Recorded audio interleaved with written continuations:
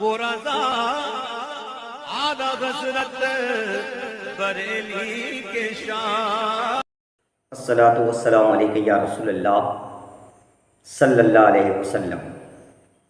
پیغام حق۔ حضرت بشر حافی رضی اللہ تعالیٰ عنہ اپنی پہلی زندگی میں ایک بہت بڑے شرابی تھے۔ آپ ایک مرتبہ شراب کے نشے اور مستی کے عالم میں کہیں جا رہے تھے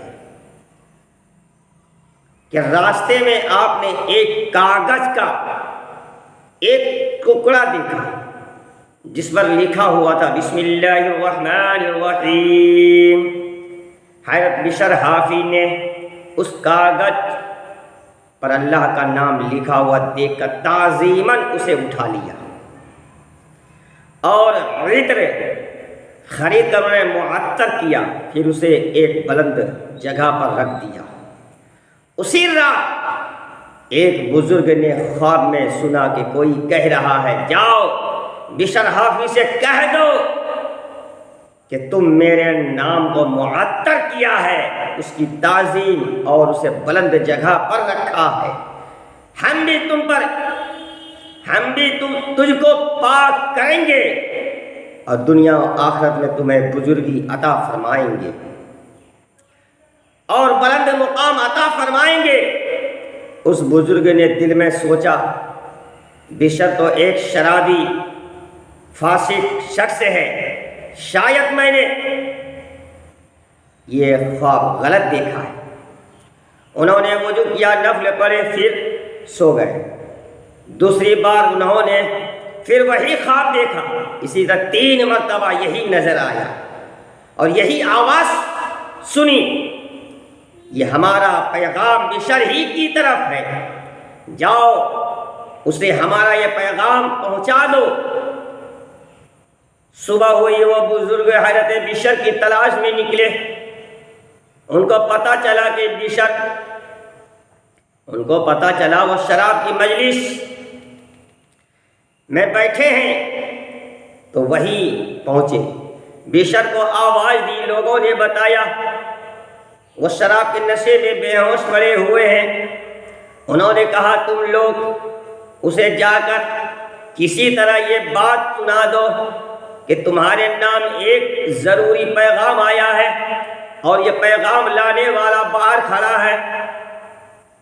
وہ لوگ گئے، حضرت بشر سے جا کر کہہ دیا اٹھو باہر چلو، تمہارے نام کوئی پیغام آیا ہے۔ حضرت بشر نے فرمایا ان سے جا کے پوچھو کس کا پیغام لائے۔ وہ بزرگ فرمانے لگے میں خدا کا پیغام لایا ہوں۔ کیا خبر پیغام عذاب آمیز ہے یا عقاب آلودہ؟ پھر وہ باہر آئے، یہ پیغام حق سن کر سچے دل سے توبہ کی اور اس بلند مقام پر جا پہنچے۔ مشاہدہ حق کے غلبہ کی شدت سے برہنہ پا رہنے لگے اور کبھی جوتا پاؤں میں نہ پہنا، اسی لیے آپ کو حافی کے نام سے مشہور ہو گئے۔ حافی ننگے پاؤں والے کو کہتے ہیں۔ لوگوں نے آپ سے پوچھا آپ جوتے کیوں نہیں پہنتے؟ فرمایا حق تعالی فرماتا ہے کہ میں نے زمین کو تمہارا بچھونا بنا دیا، بس بادشاہ کے بچھائے ہوئے بچھونے پر جوتی پہنے جانا بے ادبی ہے۔ تذکرۃ الاولیاء صفحہ نمبر 129۔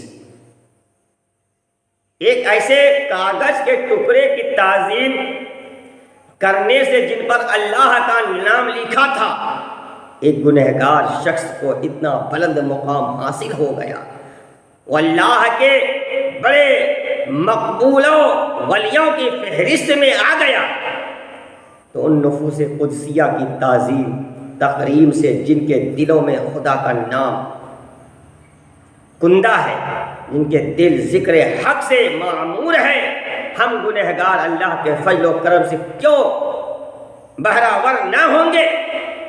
نیز ان جملہ اولیاء اللہ ان جملہ اللہ والوں، نبیوں اور رسولوں کے جو سردار یعنی جناب رسول اللہ صلی اللہ تعالی علیہ وسلم، ان کی تعظیم تقریم اللہ کو کس قدر محبوب پسند ہوگی۔